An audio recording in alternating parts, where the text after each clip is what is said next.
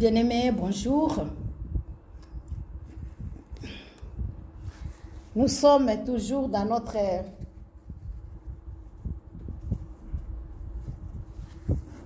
période de prière. Nous tendons vers la fin. Soyez bénis et nous vous encourageons de persévérer jusqu'à la fin. Nous disons merci au Seigneur qui nous donne le souffle de vie et qui nous donne cette opportunité de partager encore la parole de Dieu avec vous. Pendant cette période, notre thème est choisir l'essentiel. Et nous nous sommes fixés à plus ou moins 5 objectifs ou 5 points à ce qui concerne le choix de l'essentiel. Notre premier point, nous avions dit que lorsque nous vivons sans but, nous échouons. Et choisir l'essentiel, c'est vivre avec un objectif, avec un but. Alors, nous nous sommes dit que nous venons du ciel. Dieu nous a créés. Et nous avions lu cela dans Psaume 139, verset 13.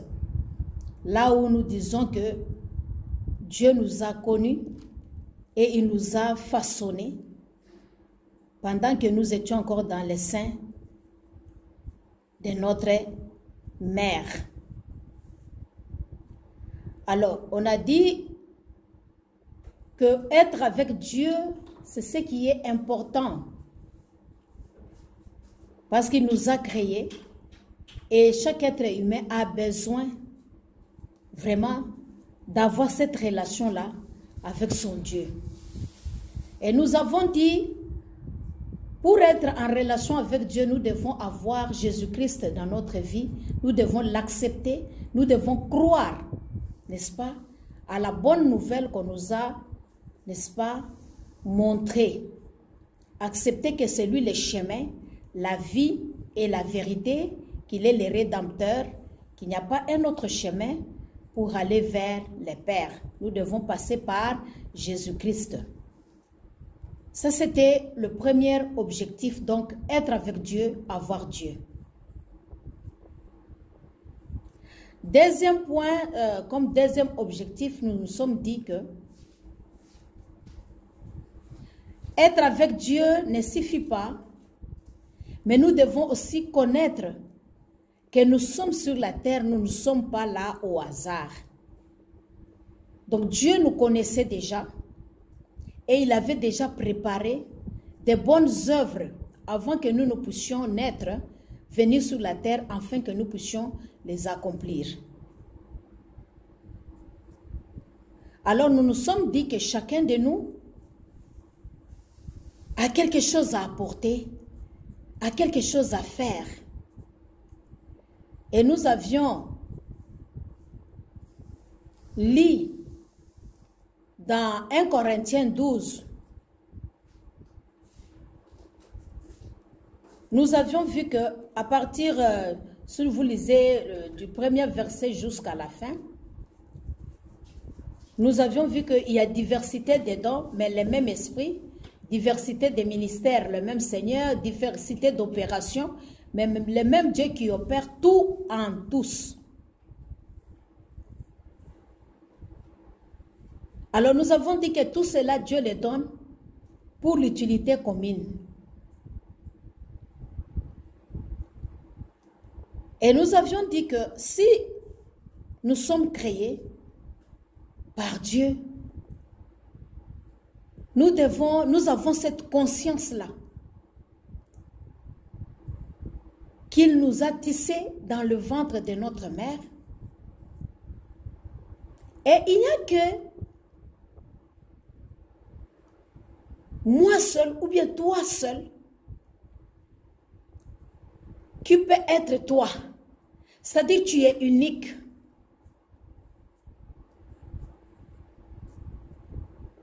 Alors dans ça, nous avions dit, pour bien servir le Seigneur, Nous devons être formés. Nous devons avoir cette formation spirituelle. Nous devons être orientés, n'est-ce pas? Nous devons avoir cette orientation du cœur. Et puis nous avions dit maintenant, nous devons aussi apprendre maintenant à servir ou bien à gérer ce que Dieu nous a donné. N'est-ce pas? Tout ce que nous recevons comme dons, comme talents, comme argent, tout ça. Nous devons apprendre à gérer ça bien comme il faut. Tout ce que nous avons comme matériel et autre chose, nous devons apprendre à bien gérer ça. Alors le troisième objectif, nous avions dit que malgré tout ce que Christ a fait pour nous, nous sommes sauvés, nous avons Dieu, nous savons que nous ne sommes pas là au hasard, nous avons une mission. Nous devons aussi connaître comme troisième objectif que nous devons, n'est-ce pas, ressembler à Christ. Parce que quand Christ nous rachète, il veut que nous puissions les ressembler.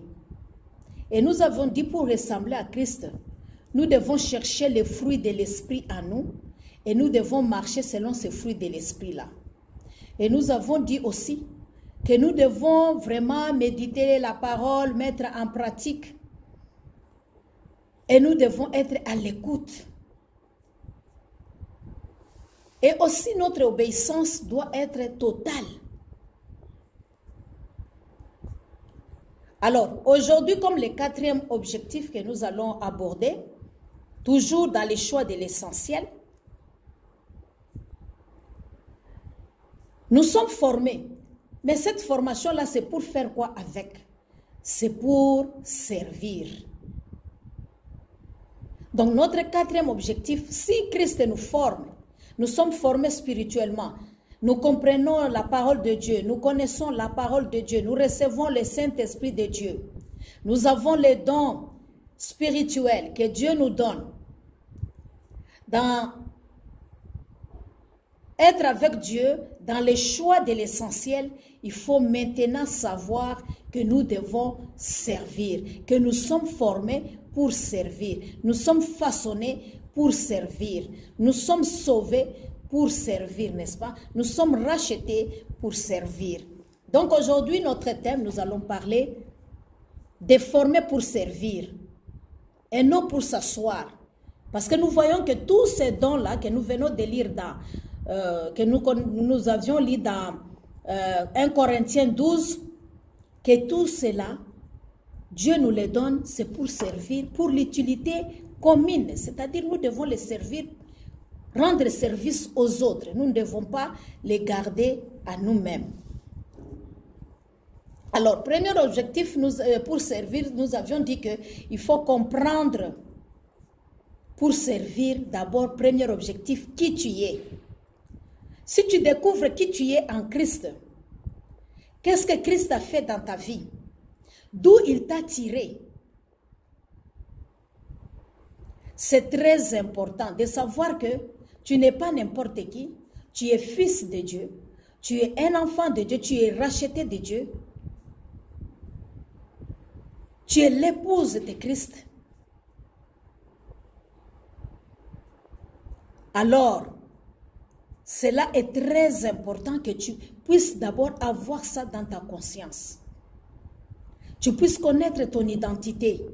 Parce que si on ne connaît pas notre identité, qui nous sommes en Christ réellement, cela crée des problèmes et c'est ce qui fait que nous restons sans comprendre que nous devons servir.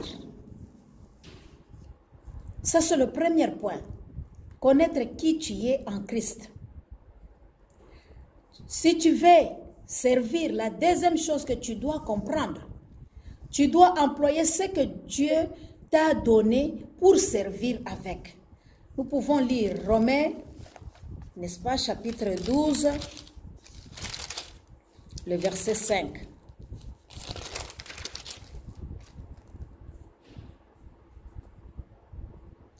Ainsi, nous qui sommes plusieurs, nous formons un seul corps en Christ et nous sommes tous membres les uns les autres. Nous sommes tous membres les uns les autres. Donc, quand nous sommes nés de nouveau, quand nous devenons enfants de Dieu, nous devons comprendre que nous ne sommes pas isolés. Nous ne sommes pas un électron libre. Nous sommes associés aux autres. Nous sommes comme un corps.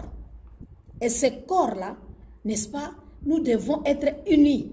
Nous devons être ensemble.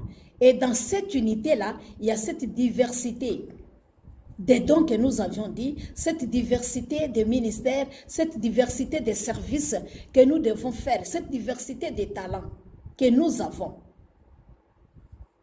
Alors, cette diversité-là, n'est-ce pas, Dieu nous les donne à la mesure de la foi que nous avons, n'est-ce pas? Et c'est le Saint-Esprit qui les donne, comme nous disons, à chacun de nous. Dieu distribue les dons à chacun de nous comme il veut. Le Saint-Esprit, n'est-ce pas? Pour que nous puissions exercer cela. Et tout cela, nous formons maintenant le corps qu'on appelle le corps du Christ. Là où nous tous nous appartenons, nous sommes tous membres de ce corps-là. C'est comme notre corps, nous avons les yeux, nous avons les oreilles, nous avons la bouche, nous avons les mains, les doigts, les ongles, et les orteils, tout ça. Les pieds, tout ça, ça forme le corps. Nos organes, c'est un tout.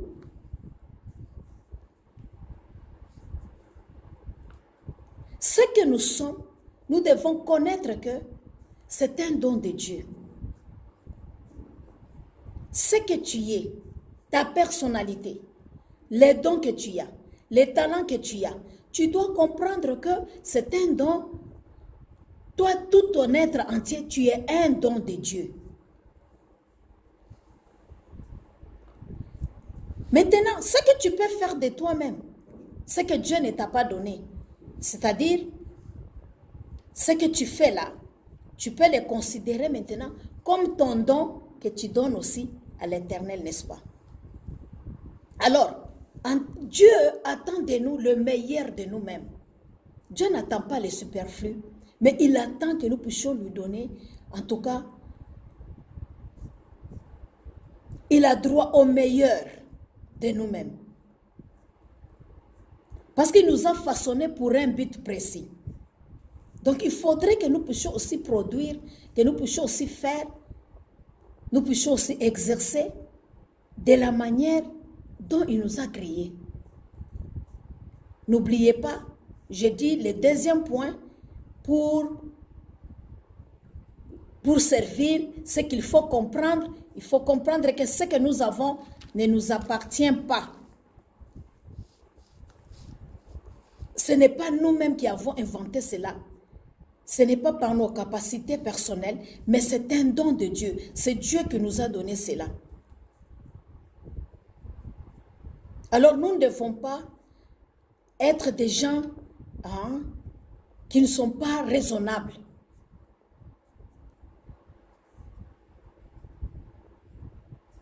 Mais nous devons par contre comprendre et nous poser la question, si Dieu m'a donné tel talent, Dieu m'a donné tel don, Dieu me donne tel ministère, Dieu m'appelle à tel service, n'est-ce pas? Qu'est-ce qu'il attend de moi? C'est la question que nous devons nous poser.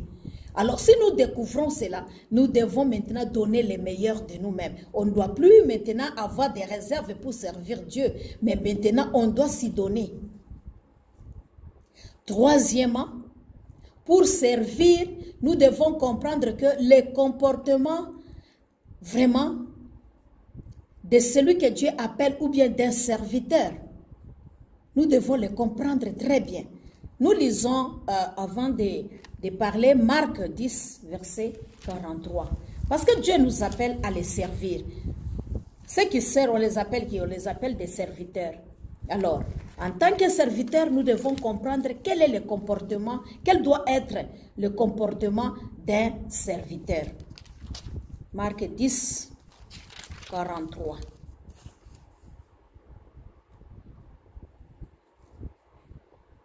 Jésus, je commence par le verset 43. Il n'en est pas de même au milieu de vous, mais quiconque veut être grand parmi vous, qu'il soit votre serviteur.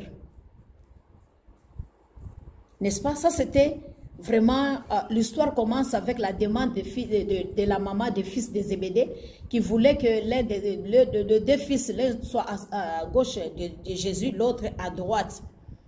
Mais Jésus-Christ a dit vraiment, est-ce qu'ils seront à mesure de boire, n'est-ce pas, dans la coupe que lui doit boire? À ce qui concerne celui qui doit être à gauche ou à droite, ça ne dépend pas de lui, mais ça dépend de son Père, n'est-ce pas? Alors, il appela aussi le disciple, n'est-ce pas? Et il a commencé à les enseigner, à leur parler. Et voilà, il leur dit, quiconque veut être grand parmi vous, qu'il soit votre serviteur. Donc, dans les royaumes ou dans les principes de Jésus-Christ, n'est-ce pas? Ceux qui veulent devenir des grands là, ils doivent être des serviteurs des autres.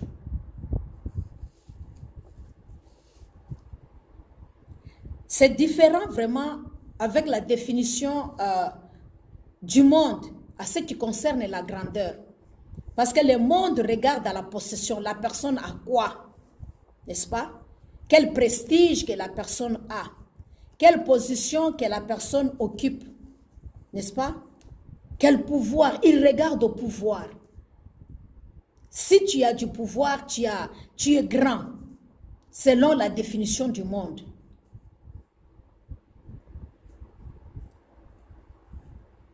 Mais pour Jésus, la définition de la grandeur s'oppose à la définition du monde. C'est différent.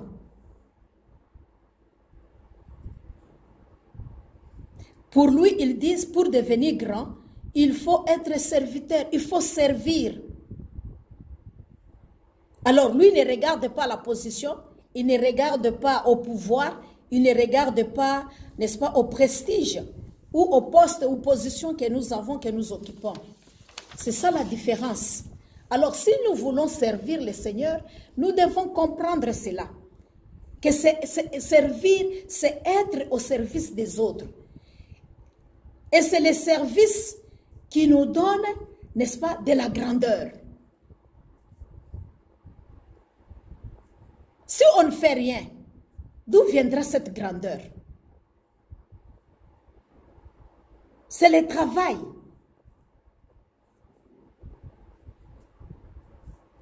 Qui fait que nous soyons ce que nous voulons devenir. Matthieu 7, verset 16. Matthieu 7, verset 16 nous dit ceci.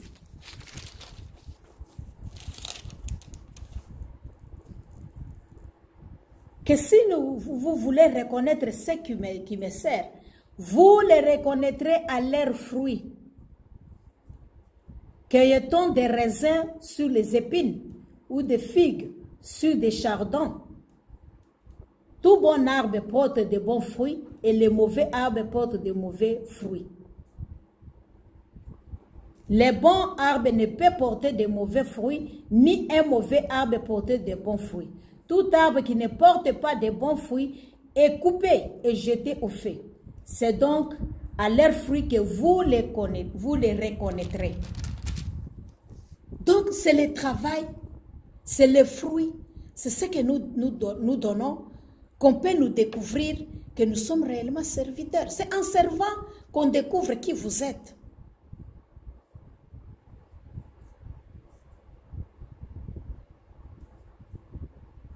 Alors nous allons comprendre si nous voulons servir, chers frères et sœurs, serviteurs et servantes de Dieu. Dieu vous appelle à les servir. Comprenez que vous devez être au service, n'est-ce pas, des autres. Et c'est le service qui fait de vous ce que vous êtes. C'est le service qui montre qui vous êtes. Alors comprenons que la culture ou la conception divine est si opposée à ce que nous vivons dans le monde. Et c'est pourquoi nous avons la peine des fois de comprendre ces principes et de les mettre en pratique. Nous ne voulons pas servir, nous passons au principe du monde que nous devenons des patrons, n'est-ce pas? Ou soit on se dit, je deviens ministre comme les ministres du monde, on est là, c'est juste pour donner des, je ne sais pas, des ordres ou des lois, de principes, n'est-ce pas, ou des décrets, des choses comme ça. On ne comprend pas que Christ lui-même, n'est-ce pas, il s'est rendu serviteur. Il s'est donné d'abord lui-même et puis il a servi. Les disciples discutaient entre eux pour savoir qui d'entre eux était plus grand, n'est-ce pas? Qui d'entre eux était plus grand? Et de nos jours aussi, c'est la même chose. Les serviteurs disputent la première place dans l'église, dans les associations chrétiennes, n'est-ce pas? Dans les assemblées de Dieu, on cherche à devenir grand. On cherche qui peut occuper la première place, qui est plus meilleur que l'autre, qui est plus grand que l'autre, qui prêche mieux que l'autre, qui a beaucoup de membres, qui a beaucoup de ceci ou de cela, hein, qui est le serviteur le plus connu, le plus influent, et toutes ces choses-là, nous cherchons ça. Et surtout de nos jours, on parle aussi de l'art de diriger. Mais très peu parlent de service. Personne ne souhaite de servir. Tout le monde veut diriger, tout le monde veut être de grand, tout le monde veut vraiment être un leader, comme nous le disons, n'est-ce pas? Mais très peu veulent servir. Alors, si nous voulons servir,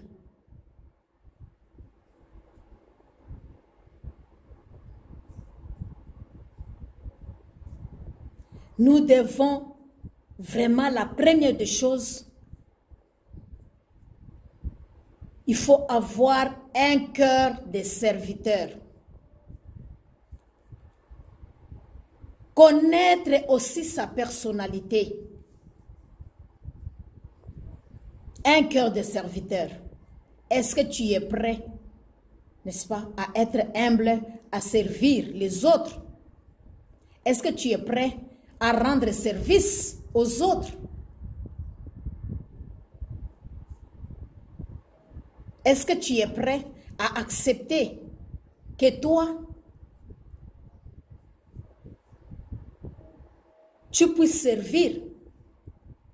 Ou bien en toi, tu n'as pas cet esprit-là. Tu es difficile à servir. Tu es difficile à se mettre au service des autres, à rendre service aux autres. Donc, il faut se connaître. Si tu te connais que tu n'as pas un cœur de serviteur, il est difficile que tu puisses servir. Et là, je suis en train de parler des vrais serviteurs. Je ne parle pas des serviteurs en général. Je parle de vrais serviteurs de Dieu. Quelqu'un qui est un serviteur.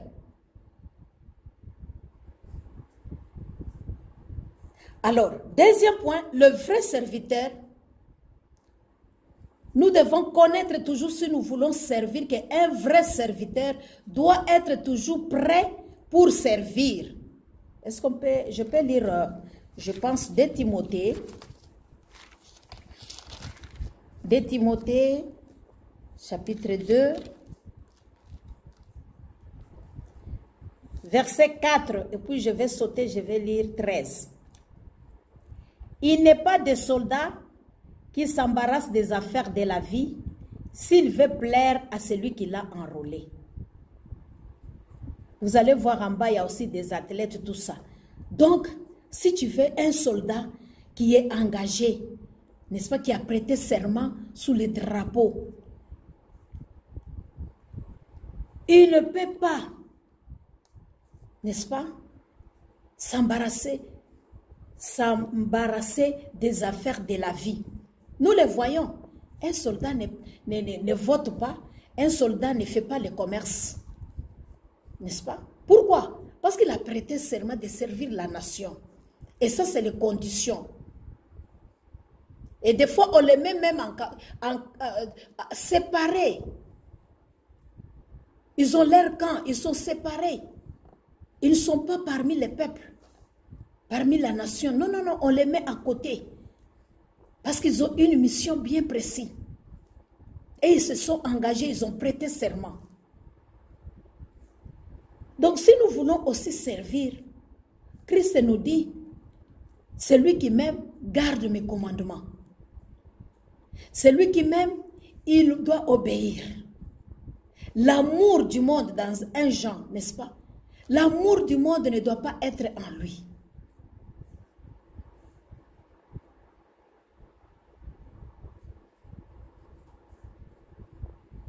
Alors, si vous voulez servir le Seigneur seulement quand les choses vous arrangent, sachez bien que vous n'êtes pas encore un vrai serviteur.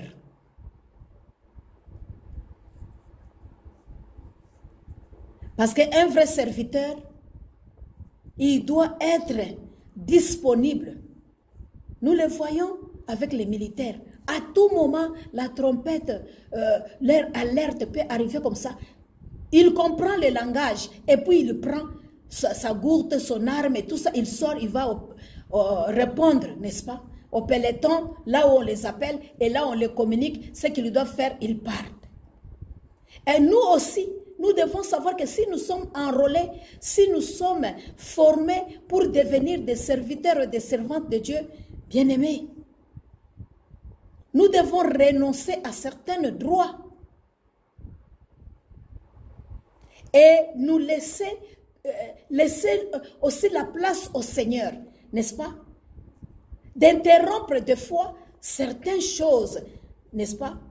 De nos travails ou certaines choses vraiment que nous faisons s'il a besoin de nous pour nous envoyer pour une mission ou pour faire quelque chose pour lui.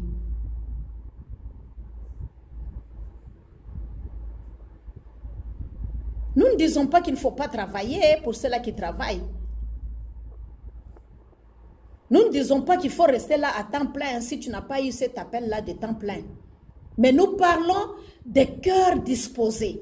Nous parlons de quelqu'un qui est flexible, n'est-ce pas, à l'Esprit de Dieu, à l'appel de Dieu, à la demande de Dieu, à ce que Dieu te donne comme commandement ou ordre, n'est-ce pas? Parce que chaque matin, quand nous nous réveillons, n'est-ce pas, nous devons nous préparer à cela. Au début de la journée, donc nous laisser cela armer nos pensées, de dire que le Seigneur peut me dire quelque chose à faire et je ne dois pas, n'est-ce pas, refuser, je dois obéir. Savoir que je suis servante, je suis serviteur de Dieu. Parce que des fois c'est ça. Ne m'appelez pas, ne faites pas ceci à tout moment, ne me dérangez pas, et ceci, cela. Tout ce que nous disons là, ça montre que nous ne sommes pas dispos à Dieu. Oui, oui, non, non, non, non. Quand je termine d'abord mes choses là, c'est à ce moment-là que je viendrai aux choses de l'église, aux choses de Dieu là. Non, non, non, non, pour l'évangélisation là. En tout cas, c'est pas prioritaire. Quand Dieu m'a dit d'aller voir tel, ou bien d'aller amener un message, je ne sais pas, prophétique ou une révélation à telle personne, non, je le ferai après. Là, tu n'es pas au service de Dieu. Tu n'es pas vraiment serviteur ou servante de Dieu. Parce que tu n'obéis pas aux ordres, n'est-ce pas, de celui qui t'a enrôlé. N'est-ce pas, on nous dit que même les athlètes n'est pas couronné s'il n'a pas combattu suivant les règles. Des fois on se plaint, je sers Dieu, rien ne marche, je sers Dieu, Dieu ne me récompense pas. Mais est-ce que nous sommes vraiment comme des soldats enrôlés ou bien comme des athlètes qui courent pour avoir cette couronne-là?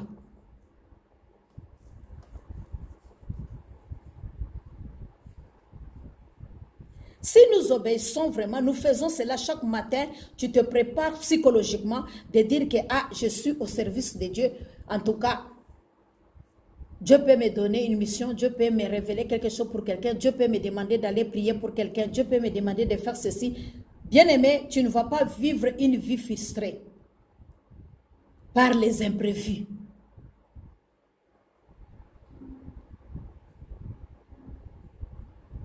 Parce que nous allons vivre notre temps, nous allons dire que ce temps-là, parce que qu'est-ce que nous avions dit? Nous avions dit que tout ce que nous avons, c'est Dieu qui nous donne, n'est-ce pas? Alors nous allons dire que le temps que Dieu me donne là, je peux le laisser aussi, n'est-ce pas? Que ça puisse répondre à la volonté de Dieu. Je ne dois pas occuper tout mon temps pour moi-même, non? Mais si Dieu ne me donne pas ces jours-là une mission ou bien un travail à faire, gloire à Dieu. Mais s'il me demande, si c'est nécessaire, si vraiment c'est important, celui qui m'a enrôlé me demande à faire quelque chose, je dois obéir et je dois faire dans mon temps là. N'est-ce pas? Que mon temps ne doit pas passer comme ça, mais doit correspondre aussi à la volonté de Dieu. Troisième point, si nous voulons servir Dieu, nous avons du premier point, le cœur. Notre cœur, nous devons avoir un cœur de serviteur. C'est-à-dire, un cœur qui obéit, un cœur tourné vers les autres, n'est-ce pas? Connaître, vraiment nous connaître nous-mêmes, notre personnalité, que nous sommes là pour Dieu et pour le servir. Et deuxième point, nous avons dit que nous devons vraiment obéir, n'est-ce pas? Parce que nous sommes enrôlés pour lui et nous savons que notre temps et tout ce que nous avons, c'est lui vraiment qui nous dirige, qui nous a enrôlés. Nous devons connaître cela. Et troisième point, si vraiment nous voulons être de vrais serviteurs et servantes de Dieu, on doit être attentif aux besoins de la communauté, aux besoins des autres, aux besoins de l'œuvre de Dieu, aux besoins de tout ce qui nous entoure, bien-aimés. C'est-à-dire, un vrai serviteur, il cherche toujours l'occasion pour rendre service, pour aider les autres.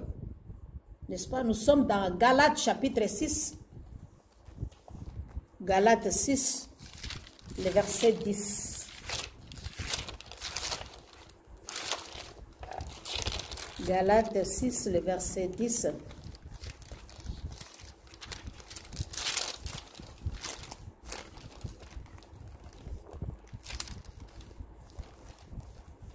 Oh Seigneur, aide-moi. Galates 6, verset 10. Voilà. La Bible nous dit ceci. Ainsi donc, pendant que nous en avons l'occasion, pratiquons le bien envers tous et surtout envers les frères en la foi. Si nous avons l'opportunité, si nous avons l'occasion de faire du bien, ne nous laissons pas, pratiquons le bien envers tous et surtout envers les frères en la foi. C'est-à-dire même les païens, nous devons pratiquer le bien. C'est pourquoi des fois, n'est-ce pas, je vous parle toujours de dire non parce que ma famille est païenne, parce que ma soeur est païenne, mon frère est païen, mes parents sont des païens, je ne peux pas les aider. Il faut enlever ça dans vos têtes parce que la Bible nous dit ici, pratiquons les biens envers tous. Tout cela, c'est avec S, c'est-à-dire sans exception, c'est-à-dire sans parti pris, c'est-à-dire ne pas exclure d'autres catégories de gens.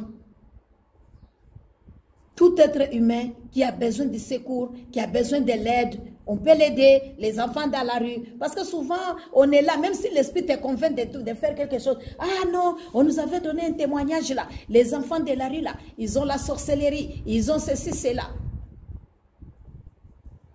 Mais nous, nous disons que nous sommes de Dieu. Nous disons que nous avons l'amour de Dieu à nous. Nous disons que nous sommes enfants de Dieu. Nous disons que nous sommes serviteurs et servantes de Dieu. Et celui qui est à nous est plus fort que celui qui est dans le monde. Pourquoi on crée la sorcellerie? Ah, il va te bloquer.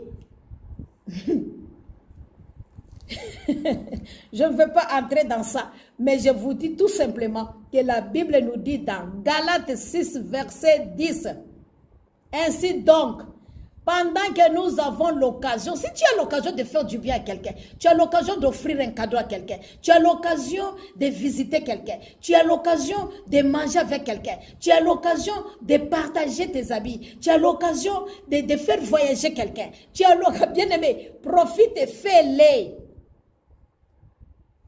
Et surtout, ne faites pas seulement à nos frères, à nos amis, à nos connaissances, à ceux-là qui nous font du bien.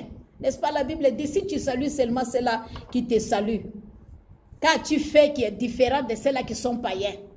Si tu donnes seulement à ceux-là qui te donnent, qu'as-tu fait de différent? Si tu donnes seulement, n'est-ce pas, aux serviteurs que toi tu aimes, que toi tu acceptes, qu'as-tu fait? Mais là, on nous dit, pratiquons les biens envers tous, surtout envers des frères à la foi. Si tu donnes seulement aux gens de ta tribu, ah, c'est là, je vais donner ma dîme à mon frère de ma tribu. Oui, parce que c'est lui qui m'enseigne. S'il t'enseigne, gloire à Dieu. S'il prie pour toi, gloire à Dieu. S'il fait tout pour toi, gloire à Dieu. Mais tu peux donner aussi certains dons à certains hommes de Dieu que tu connais. Cela n'empêche pas. Profitons de ces occasions-là. Pourquoi? Parce que c'est l'opportunité que Dieu nous donne à faire grandir, n'est-ce pas? N'est-ce pas? Les capacités de dons ou de talents, n'est-ce pas, que Dieu a mis à nous. C'est une opportunité que Dieu te donne d'exercer, de faire service, de rendre service, n'est-ce pas?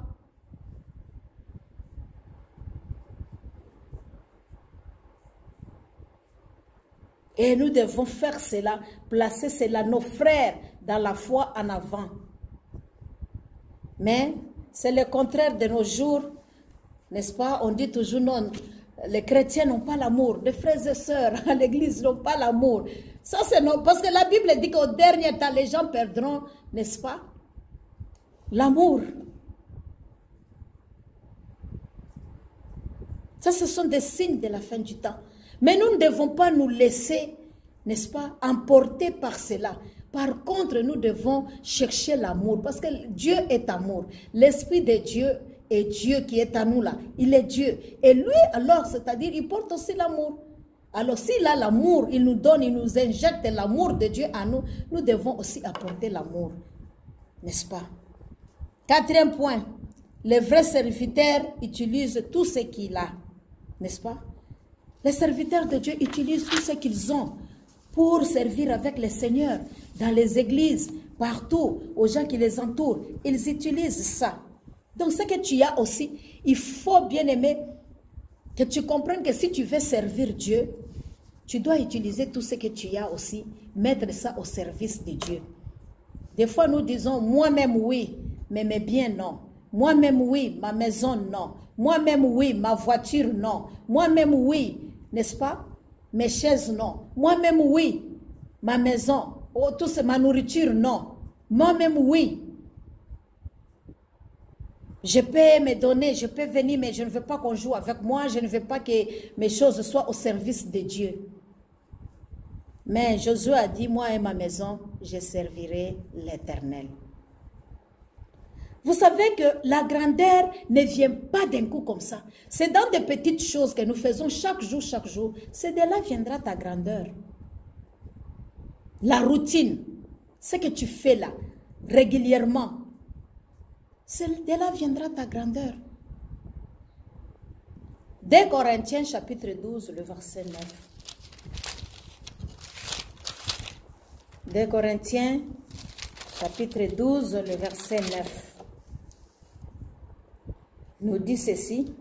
Et il m'a dit, ma grâce te suffit car ma puissance s'accomplit dans la faiblesse. Je me glorifierai donc bien plus volontiers de mes faiblesses, afin que la puissance de Christ repose sur moi.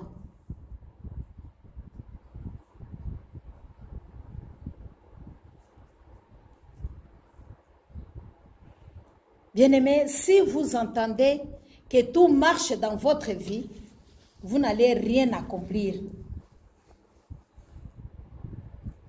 Parce que la puissance de Dieu s'accomplit dans nos faiblesses.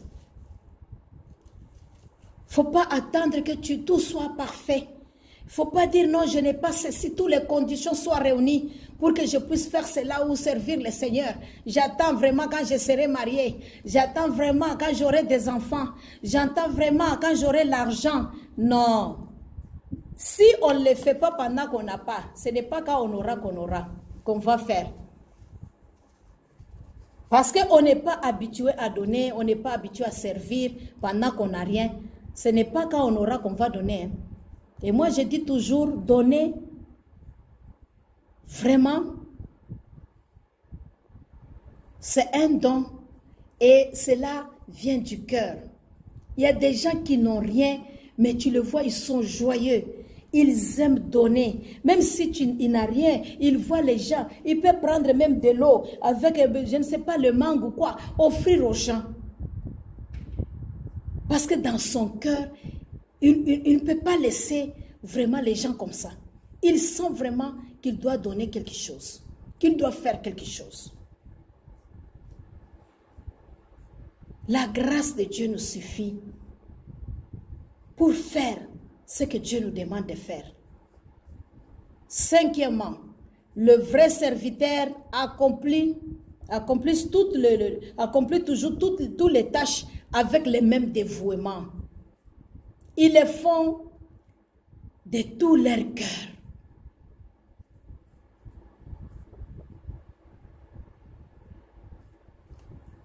Les grandes occasions ont toujours les aspects de petites tâches. C'est de petites tâches que nous faisons qu'on peut nous découvrir vraiment que nous sommes serviteurs ou servantes. C'est des petites tâches qui nous amènent à quitter d'un point A vers un point B. C'est des petites tâches, si nous les faisons de tout notre cœur, qui peut t'amener à la promotion. Tu es entré, je ne sais pas, garde dans un service, mais tu as un diplôme universitaire. C'est la manière dont tu sers, la manière dont tu fais les choses, la manière dont vraiment, ton patron là, quand il regarde, il dit, mais attends, je vais causer un peu avec ce monsieur là ou la dame là. La manière dont elle travaille, ça me touche. Il vient proche de toi et c'est à ce moment-là qu'il découvre que toi, tu es un cadre universitaire. Il dit, mais comment est-ce qu'on t'a engagé comme un cadre, une sentinelle, ou bien, je ne sais pas, un chauffeur. En tout cas, prochainement, je vais y penser. Il va voir, et tu vas voir, il va changer ta position. Pas de petites tâches que tu fais. Est-ce que ça ne vous est jamais arrivé, n'est-ce pas? Quelqu'un vraiment, il fait, peut-être, il vole un chauffeur ou bien un travailleur, il vole beaucoup. Mais tu vois les petites tâches qu'il fait là pour toi.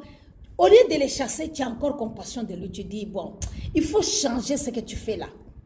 J'allais te chasser, mais j'ai encore pitié de toi. Il faut changer. Les petites tâches que tu fais dans la maison de quelqu'un là, tu fais bien. L'observation, la manière dont tu gardes ses enfants, la manière dont tu arranges sa maison.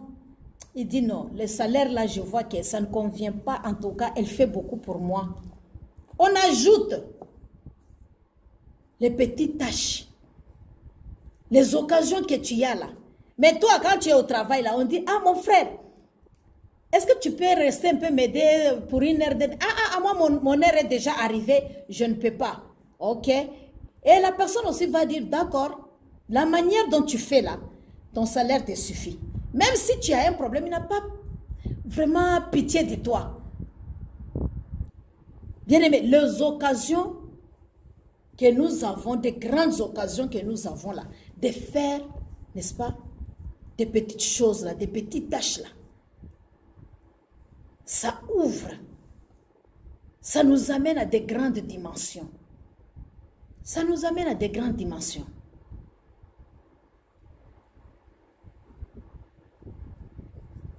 Alors, les petites tâches révèlent souvent un grand cœur de quelqu'un. Un grand cœur de quelqu'un. C'est le fait d'aller visiter quelqu'un, le fait de prier pour quelqu'un, le fait de se préoccuper pour quelqu'un, le fait de penser à quelqu'un. N'est-ce pas? C'est ça qui montre que tu as un cœur et tu es vraiment un vrai serviteur.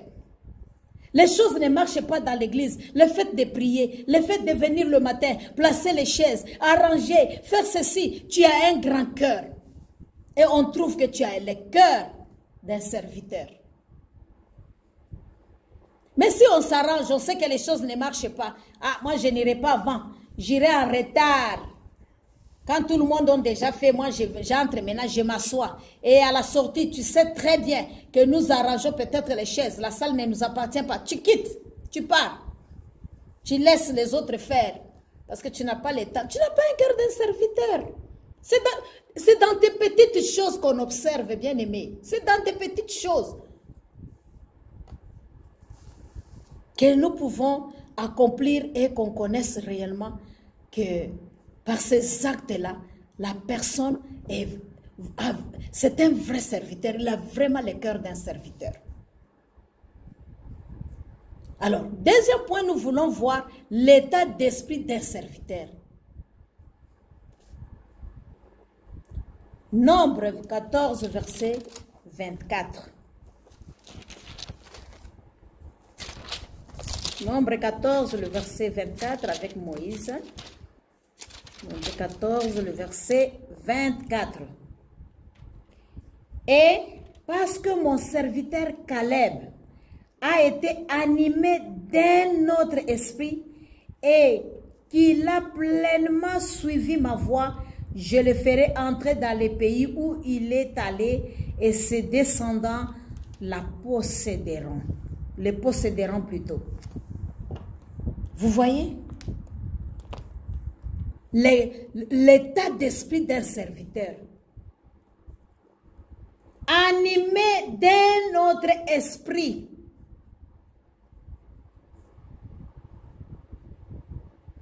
C'est très important être animé d'un esprit d'un serviteur, d'un bon esprit. Un esprit pour rendre service. Un esprit où on s'oublie. Un esprit où on fait sans intérêt. Un esprit où on rend service sans s'entendre à quelque chose. Voilà la grâce qui l'accompagne. On dit qu'il a pleinement suivi ma voie. Caleb, il a pleinement suivi la voie, n'est-ce pas, qu'on lui a adressée, qu'on lui a dit. Et nous savons, nous tous, qu'il était sous la direction de Moïse, n'est-ce pas? Il a suivi la voie que Dieu le disait. Et ils étaient à côté de Moïse. Il faisait cela.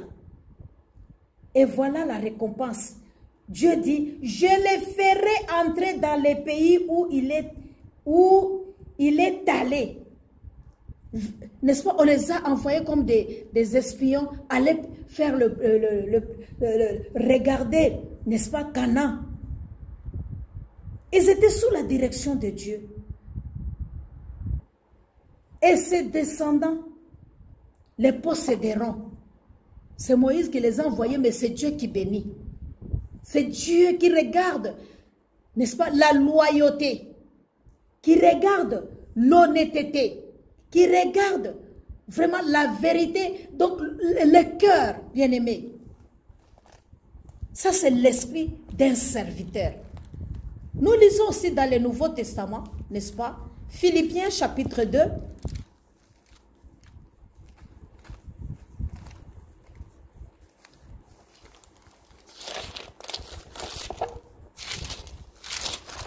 Philippiens chapitre 2, et nous sommes au verset 5.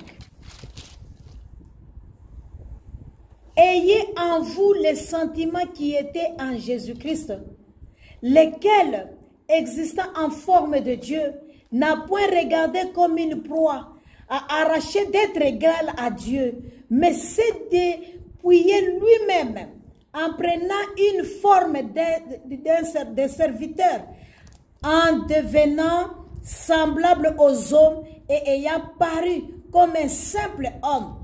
Il s'est humilié lui-même, se rendant obéissant jusqu'à la mort, même jusqu'à la mort de la croix. C'est pourquoi aussi Dieu l'a souverainement élevé. Il lui a donné le nom qui est au-dessus de tout nom, afin qu'au nom de Jésus-Christ, tout genou fléchisse dans le ciel, sur la terre et sous la terre. Et que toute langue confesse que Jésus-Christ est Seigneur, à la gloire de Dieu le Père. Voilà l'esprit que nous devons avoir. Pas l'esprit de compétition, pas l'esprit de se montrer, de se vanter, pas l'esprit de grandeur, de voir que les autres sont moindres que moi. Pas l'esprit d'orgueil, pas l'esprit de chercher l'intérêt personnel, de se faire voir.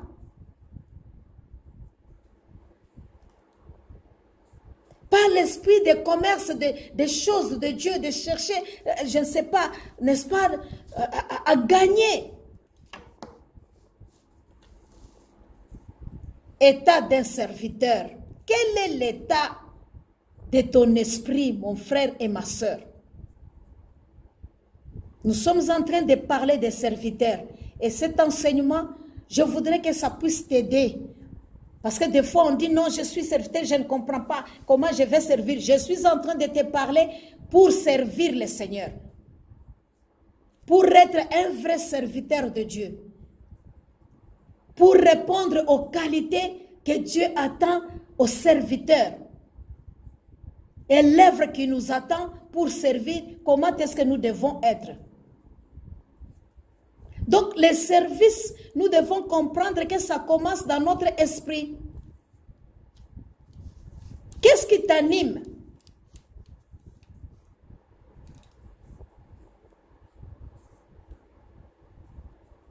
Donc, pour être serviteur, en tout cas, cela doit commencer dans notre mentalité. Ça nécessite un changement de mentalité et d'attitude. De comprendre que ce que je suis en train de faire, ce n'est pas les hommes qui peuvent me payer. Mais la récompense vient de Dieu. J'obéis aux hommes selon la parole de Dieu, n'est-ce pas? Et Dieu lui-même qui est fidèle me payera par rapport au service que je suis en train de rendre. Parce que des fois on regarde au pasteur. Le pasteur n'est qu'un être humain. Il peut ne pas être reconnaissant. Mais toi, ce que tu fais dans les secrets, ce que toi tu travailles, ce que toi tu fais là, l'Éternel qui ne dort ni ne sommeille, il voit ton œuvre. Il te récompensera lui-même. Le pasteur peut être égoïste. Le ministre peut refuser. N'est-ce pas? L'apôtre ou je ne sais pas, n'est-ce pas? La communauté peut ne pas te récompenser. Pour ceux-là qui veulent, je ne sais pas, des trophées, peut ne pas même te donner cela. Mais tu ne fais pas pour un homme. Nous voyons l'exemple de Caleb. C'est Moïse qui l'a envoyé. Mais il a fait ça d'un bon cœur. Il a fait ça avec un esprit sans intérêt, en obéissant seulement à ce que Dieu a dit. Nous ne disons pas que pour obéir au serviteur de Dieu, il faut être son esclave. Ou bien il faut vraiment l'adorer lui. Non, non, non, non, non, nous ne disons pas ça. Mais obéir à ce qui fait avancer les royaumes, obéir à la parole de Dieu, obéir à ce que vous êtes entendus comme des normes pour travailler, pour servir le Seigneur, à ce qu'on vous enseigne, ce que Dieu recommande, ce que Dieu dit. Faire ce qui est la volonté de Dieu pour son œuvre. Parce que nous savons bien aimé que Dieu s'intéresse plus à nos motivations qu'à nos actes. Ce n'est pas ce que nous faisons qui intéresse Dieu, mais c'est plutôt les motivations. Qu'est-ce qui me motive à prêcher? Qu'est-ce qui me motive vraiment à visiter les gens?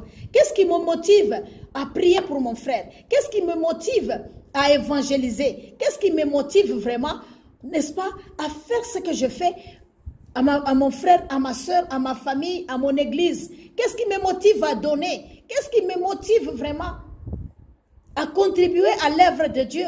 Qu'est-ce qui me motive à prendre l'homme de Dieu en charge? Qu'est-ce qui me motive à contribuer à l'évangélisation? Qu'est-ce qui me motive à me donner, n'est-ce pas? Comme missionnaire, comme évangéliste, comme apôtre, comme pasteur, qu'est-ce qui me motive?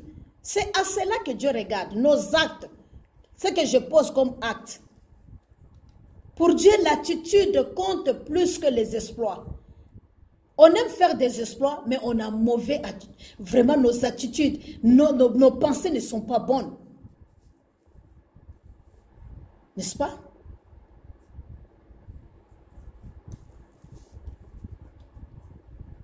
Le roi Amazia a perdu la faveur de Dieu.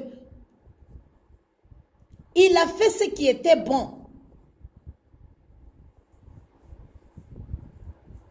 Il a fait ce qui était droit.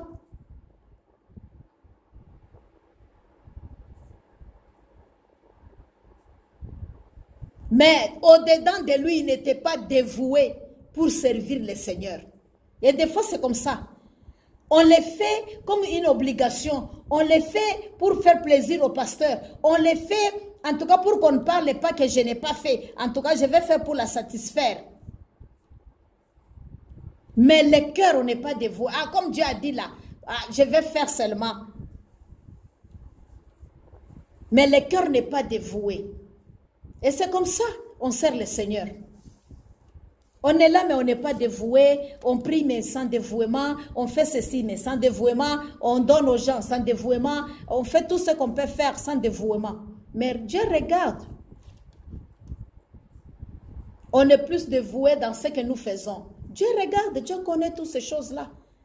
Quel est l'état d'esprit de toi et moi en tant que serviteur et servante de Dieu?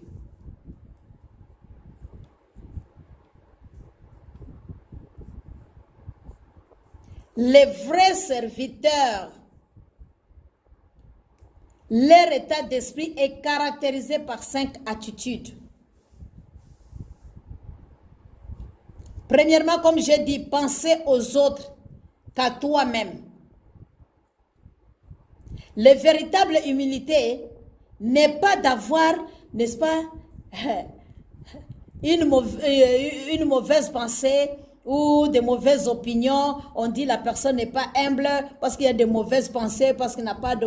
Non, non, non, non. Mais c'est de penser à vous-même. Si on n'arrive pas à s'oublier soi-même, on ne pense qu'à nous-mêmes à tout moment, ça devient dangereux et on n'est pas humble. Parce que la vraie humilité, c'est de penser aux autres, c'est de voir que les autres sont plus grands que toi, de considérer les autres. Mais si nous sommes dans des compétitions, on veut seulement que moi on me voit ou bien qu'on fasse ceci, cela, n'est-ce pas? Sachons bien que nous n'avons pas, notre état d'esprit de servir n'est pas bon. 1 Corinthiens 10, le verset 24. La Bible nous dit ceci: que personne ne cherche son propre intérêt, mais que chacun cherche celui d'autrui. N'est-ce pas? Que un bon état d'esprit d'un bon serviteur, c'est de penser aux autres. Qu'on ne cherche pas notre intérêt personnel. Ou de prendre le dessus sur les autres. Donc prenons conscience que si nous voulons servir, notre état d'esprit doit être un esprit qui considère les autres. Nous devons être humbles de cœur et prendre, n'est-ce pas, les besoins des autres en considération. Nous avions lu dans Philippiens 2, n'est-ce pas, on nous dit que Jésus s'est dépouillé lui-même pour prendre la forme d'un serviteur. Lui qui était Dieu.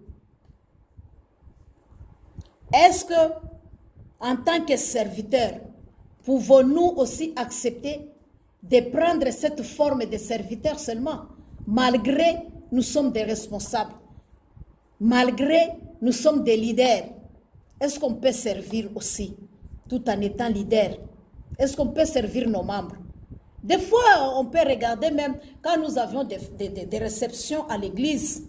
On veut qu'on vienne nous amener, nous qui sommes des serviteurs, à manger. Mais est-ce que nous, les serviteurs, un jour, on ne peut pas se lever aussi, prendre, servir nos fidèles? N'est-ce pas? On peut être au service aussi des autres. Quand nous faisons des retraites ou des camps bibliques, on veut toujours qu'on mette de l'eau pour nous, qu'on fasse ceci, qu'on achète, qu'on lave les assiettes pour nous. Est-ce que nous, les serviteurs, on ne peut pas aussi un jour laver les assiettes des fidèles? J'ai aimé beaucoup la pratique qu'on a utilisée à la Ligue pour la lecture de la Bible au niveau du Congo. Quand on partait, des fois, dans certaines retraites, tous ceux qui s'appellent pasteurs là, des fois on les mettait, ils lavent les assiettes. Des fois, on leur demandait d'épuiser aussi de l'eau, n'est-ce pas? Donc, des serviteurs qui sont au service des autres. Ça fait tellement bien, ça fait tellement du bien. Est-ce que si je suis mariée, je ne peux pas un jour, n'est-ce pas, être au service de mes enfants? Je ne peux pas un jour préparer pour ma femme et mes enfants? Est-ce que je ne peux pas un jour aussi faire quelque chose de bien? Aider ma femme à travailler, aider ma femme à faire quelque chose à la cuisine ou bien à la maison. Hein? Surtout nous les Africains, on voit toujours la domination partout. Mais être un serviteur, il faut montrer aussi l'exemple. Tu veux aller prêcher ça à l'église, mais il faut que tu fasses ça chez toi à la maison. Mais que les femmes aussi ne démissionnent pas. Ou ne pas faire le travail, dit non, parce qu'il est serviteur, il doit me servir. Non, non, je ne dis pas ça. Je suis en train de parler en tant que serviteur, le cœur d'humilité, arriver aussi un jour à faire du bien, n'est-ce pas, à nos familles, au lieu d'attendre seulement, aller le faire en dehors de nos familles. Donc, je vous invite à faire aussi cela. Malheureusement, parce que de nos jours, n'est-ce pas, on veut être aimé, on sert le Seigneur pour être aimé, pour être admiré, pour arriver à nos fins.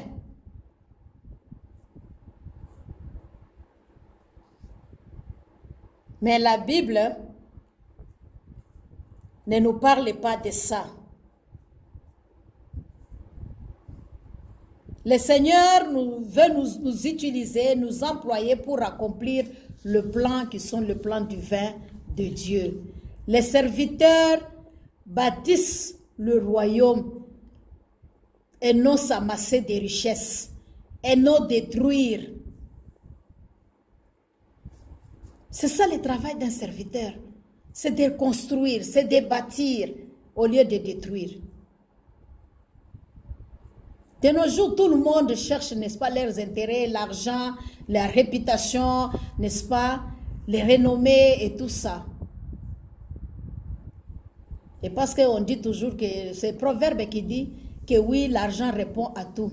On est doué à développer des affaires, on est doué vraiment à vendre, on est doué vraiment, n'est-ce pas, à faire vraiment, à créer nos propres business, à créer nos choses nous-mêmes et tout ça. Mais toutes ces choses-là, bien aimé, Dieu n'est pas contre. Mais est-ce que nous sommes aussi doués? Est-ce que nous voulons aussi servir? N'est-ce pas? Est-ce que nous sommes aussi préoccupés à faire avancer le royaume de Dieu? Donc, deuxième point, j'ai dit, les serviteurs bâtissent les royaumes. Troisième point, les serviteurs fondent leur, n'est-ce pas, identité en Christ. C'est lui notre modèle. Tout ce que nous voulons faire, nous devons nous identifier à lui. N'est-ce pas? Christ doit être au centre de ce que nous faisons. Jésus-Christ lui-même s'est donné. Et quand nous regardons dans les Écritures, nous voyons Jésus-Christ en train de laver même les pieds de ses disciples. Laver les pieds des disciples bien-aimés, ce n'est pas un travail qui honore. Nous tous, nous savons que tout ce qui est saleté, là, nous le piétinons. Qui aime toucher les saletés? Mais Christ s'est humilié. Lui qui était vraiment un Dieu. Mais il s'est fait serviteur. C'est un travail qu'il a fait qui n'a aucun honneur. Bien-aimé, souvent on pense que servir Dieu c'est de la faiblesse. Ce n'est pas de la faiblesse. Souvent on pense aussi que s'humilier c'est de la faiblesse. Ce n'est pas de la faiblesse, c'est une force. Souvent on pense que être au service des autres c'est nous exploiter. Ils sont en train de nous exploiter. Non, non, jamais. La bénédiction réside dans ça. Et vous pouvez voir que ce n'est que les gens solides qui peuvent servir le Seigneur. Parce que si tu n'as pas un bon état d'esprit, tu ne comprends pas les choses de Dieu comme il faut, tu resteras dans l'orgueil. Tu ne vas pas t'abaisser pour servir. Et tu vas souffrir au-dedans de toi. Parce que quand tu fais telle chose, tu peux... En tout cas, comment est-ce qu'il me voit? Tu te préoccupes de ce que les gens peuvent penser de toi.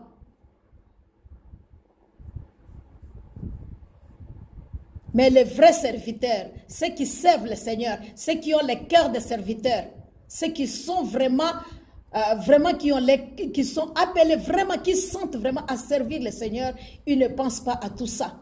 Caleb n'a pas pensé ce que les gens vont penser de lui quand Moïse l'a envoyé, n'est-ce pas? Si c'était toi et moi, peut-être on allait lui dire, ah, il ne faut pas aller, qui a déjà été là, tu vas aller mourir. Mais il est parti, il a obéi, il est parti. Et voilà la récompense que Dieu réserve. Il le bénira, même des générations à venir. Bien-aimés, quand nous servons le Seigneur, la Bible dit, je n'ai jamais vu un juste mendier un pain, ni sa progéniture. Bien-aimés, il y a de l'abondance, il y a de la bénédiction en servant le Seigneur. Ça nous donne de la valeur, le service. Ça donne un sens à notre vie. Servir le Seigneur.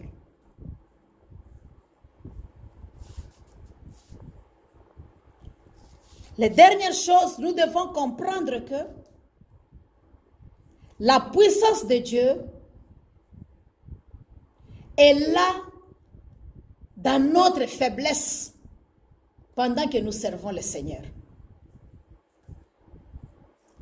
Alors nous devons voir cette puissance de Dieu dans notre faiblesse. Si nous voyons que nous sommes capables, bien-aimés, nous voyons que non, tout ce que nous faisons, ce sont nos compétences et que nous croyons que nous, vraiment, on peut tout faire à ce qui concerne les services de Dieu, bien-aimés.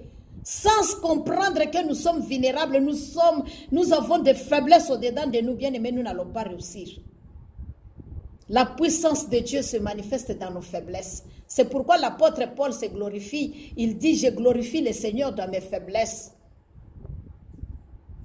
2 Corinthiens 13, verset 4. 2 Corinthiens 13, le verset 4. La Bible nous dit ceci. Car il a été crucifié à cause de sa faiblesse. Nous aussi, nous sommes faibles en lui, mais nous vivons avec lui. Nous vivons avec lui par la puissance de Dieu pour agir envers vous. Si nous ne sommes pas crucifiés, bien-aimés, en Christ, par nos faiblesses, par sa faiblesse, c'est difficile que nous puissions réussir. C'est pourquoi des fois on voit des combats dans les églises. Les anges se lèvent pour se battre. Ils ne sont pas encore crucifiés. Leur vie, ils n'ont pas crucifié la vie.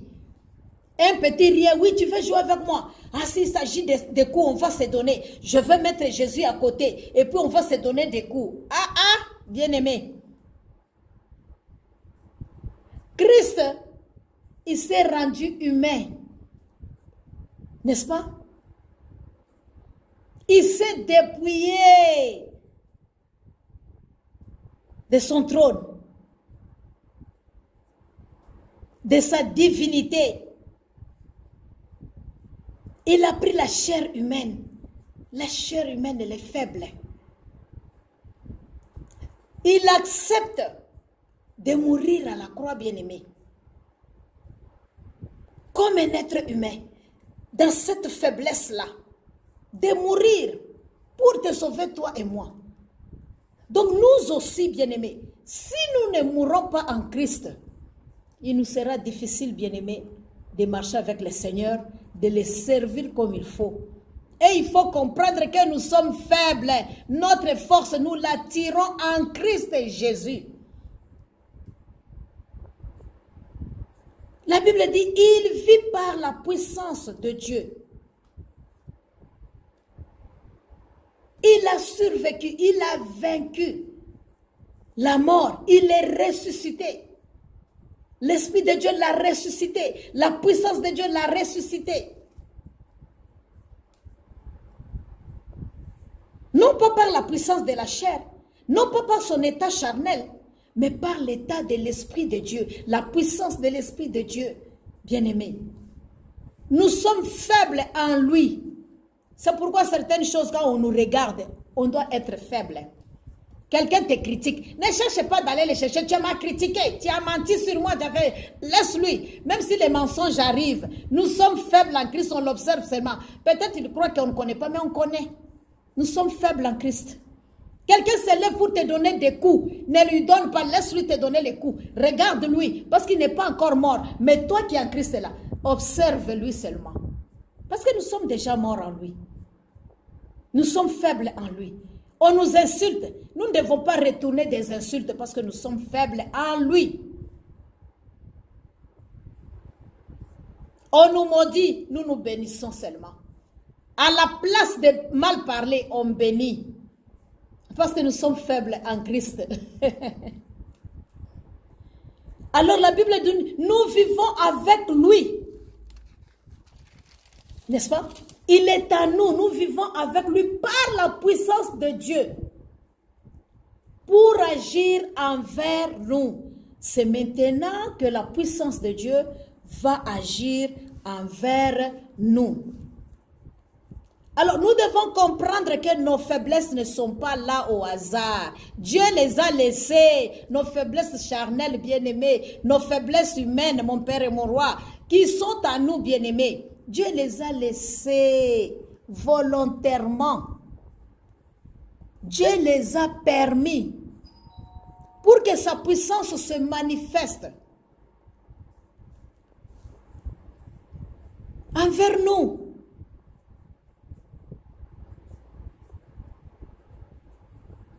C'est pourquoi Dieu, il dit, il prend des choses faibles pour les utiliser, pour confondre les sages, confondre les puissants.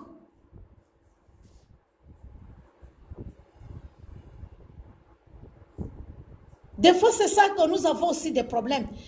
Dieu peut choisir quelqu'un qui n'a pas étudié pour te diriger.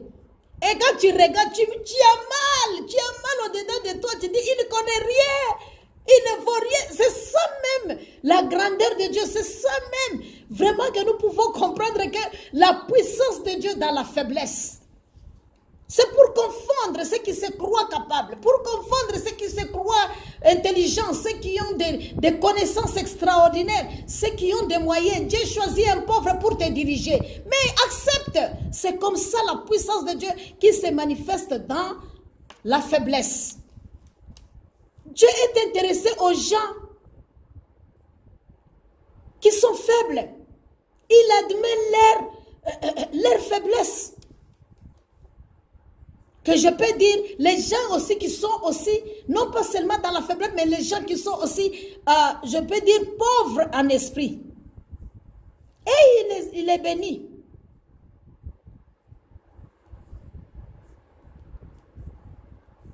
Dieu choisit ceux-là qui sont imparfaits pour les servir.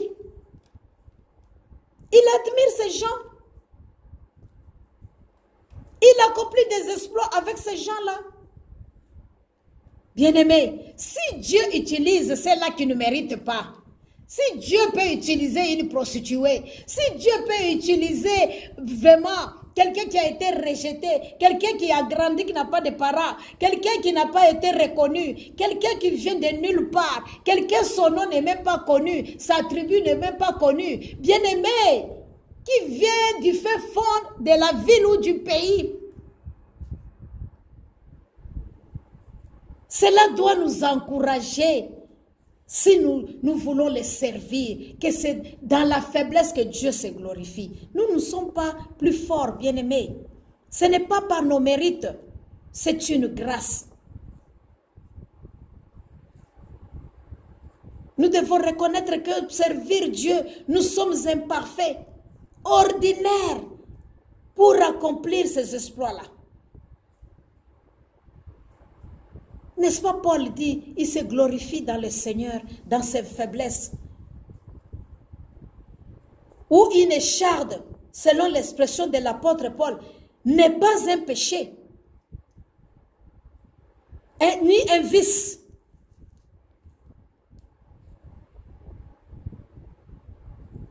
Ni un défaut de caractère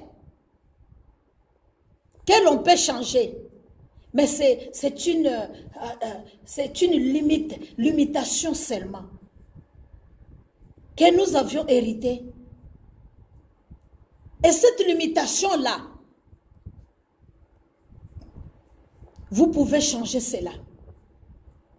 Dieu peut changer cela, n'est-ce pas? Ça peut être physique, ça peut être émotionnel, ça peut être intellectuel. La Bible nous dit que nous portons ces trésors-là de Dieu qui est spirituel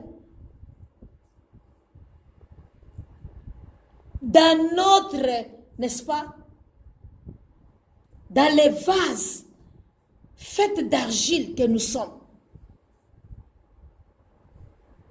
Bien-aimés, il faut arriver à admettre que vous êtes faible, vous avez des faiblesses en vous. N'essayez même pas de vous convaincre que je peux faire moi-même, je suis capable. Bien-aimé, tu n'es pas capable.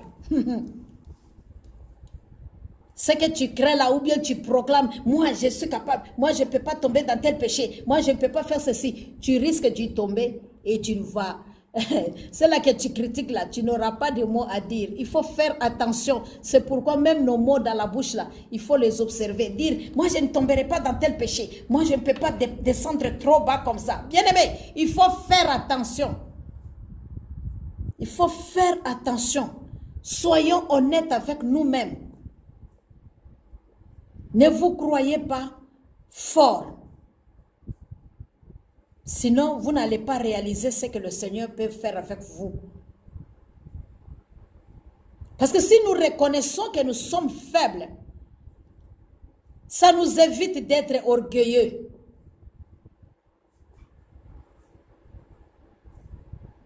Je disais un jour à un frère, la Bible dit, quand tu regardes une femme, tu l'envies, tu as déjà péché. Il dit non, non, non, non, quand je regarde comme ça, hein, non, je ne peux pas pécher moi. Non, non, non, non, non, non, je ne peux pas, je regarde seulement, j'admire, tu regardes seulement, tes yeux, il y a les péchés des yeux, mon frère. Donc toi, tu es plus puissant que Dieu. Quand Jésus-Christ se dit là, donc tu veux dire que Christ a menti, toi tu vis dans la vérité. Après, ah, cette femme-là, elle est jolie, hein? Elle est belle, hein? Elle est comme ça. Toi, tu disais que tu n'en vis pas. Maintenant, elle est belle, elle est comme ça, comment? J'ai dit, tu vois? Les péchés, la Bible dit, c'est par notre convoitise. Dieu ne peut pas nous tenter. C'est notre convoitise qui nous amène à pécher. Et quand on refuse de reconnaître que je suis pécheur, tu es orgueilleux. De reconnaître que je suis faible, je peux tomber, tu es orgueilleux. Il faut faire attention.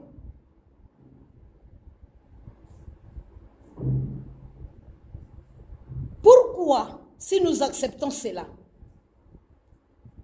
Comme je l'ai dit, c'est pour que nous puissions éviter de tomber dans l'orgueil. Et que nous comptons sur le Seigneur, de ne pas aller trop vite que le Seigneur, ou de ne pas faire des choses qui en dehors de son temps ou de son plan divin. Regardez Moïse. Sa faiblesse était la colère. Mais est-ce que Dieu ne l'a pas utilisé? Dieu l'a utilisé. Regardez Abraham. N'est-ce pas deux fois même qu'il avait la peur de présenter sa femme? N'est-ce pas qu'elle était, de présenter Sarah, qu'elle était sa femme, mais il disait, c'est ma soeur. N'est-ce pas? Il avait peur, mais et pourtant, Dieu l'accepte dans cette faiblesse-là. Il l'aide quand tu reconnais cette faiblesse-là. Dieu l'aide et il est devenu le père de la foi. Gédéon, il dit qu'il ne peut pas. Il vient d'une petite tribu. Il avait la faiblesse des complexes.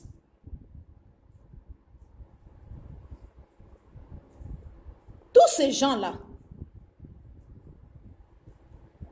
Dieu savait leur faiblesse.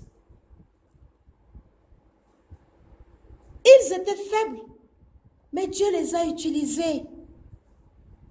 Dieu fait grâce, n'est-ce pas? La Bible nous dit Dieu fait grâce aux humbles. Donc nous devons connaître que nous pouvons servir Dieu dans la faiblesse, mais c'est Dieu qui nous rend capables. Sa grâce nous suffit. Quand sa grâce vient, nous pouvons rendre service. Donc ne cherchons pas la perfection. Quand tu cherches la perfection, je remercie le Seigneur. Un jour, on a partagé avec un papa de l'église, papa Théodore, qui me disait, quand on cherche la perfection, on est même dans les péchés. Parce que la perfection n'est pas de ce monde. Et personne ne peut être parfait. C'est pourquoi même si tu cherches une église parfaite, tu es dans les péchés parce que tu ne trouveras pas. Tu trouveras toujours cette église, ils ont tel problème. Cette église, ils ont tel problème. Cette église, ils ont tel problème. Alors, si tu cherches à te promener des églises en église, tu trouveras toujours des défauts. Et ce qu'il faut tout simplement accepter que Christ nous utilise dans nos faiblesses. Donc, mon bien-aimé frère et sœur, servante de Dieu et serviteur, servez le Seigneur. Ne vivez pas dans les péchés, ne restez pas dans les péchés, mais vous avez des faiblesses que Dieu peut changer et que Dieu peut vous utiliser en acceptant qu'il vous enlève dans cela, qu'il vous aide dans cela. Tu as la faiblesse peut-être de parler. Ces faiblesses que je suis en train de parler, ce sont des faiblesses, comme je l'ai dit, comment je peux dire, qu'on a hérité, qu'on est né avec, que vous ne pouvez pas changer. Ce sont ces faiblesses-là dont je parle. Je ne parle pas des faiblesses de caractère que tu peux changer. Je parle de faiblesses qu'on ne peut pas changer, qu'on a difficile vraiment à changer. Tu es né handicapé, est-ce que tu peux changer ça physiquement? Tu ne peux pas. Mais accepte que c'est comme ça que Dieu t'a créé. Et Dieu peut t'utiliser comme ça. N'est-ce pas? Tu es né, peut-être un père a refusé la grossesse et tu es là. Mais Dieu peut t'utiliser. Accepte ça, c'est quelque chose que tu ne peux pas changer. Accepte. C'est émotionnellement, tu souffres. Tu as été rejeté comme un enfant. Mais accepte, bien-aimé, Dieu va t'utiliser dans ces faiblesses. Ce sont ces faiblesses-là que je suis en train de parler. Je ne parle pas des faiblesses des péchés. De dire oui, je suis dans l'alcool pour laisser, en tout cas Dieu peut m'utiliser. Je ne parle pas de ça. Ça, tu peux changer. Il faut abandonner, ça c'est le péché. Ça c'est le péché.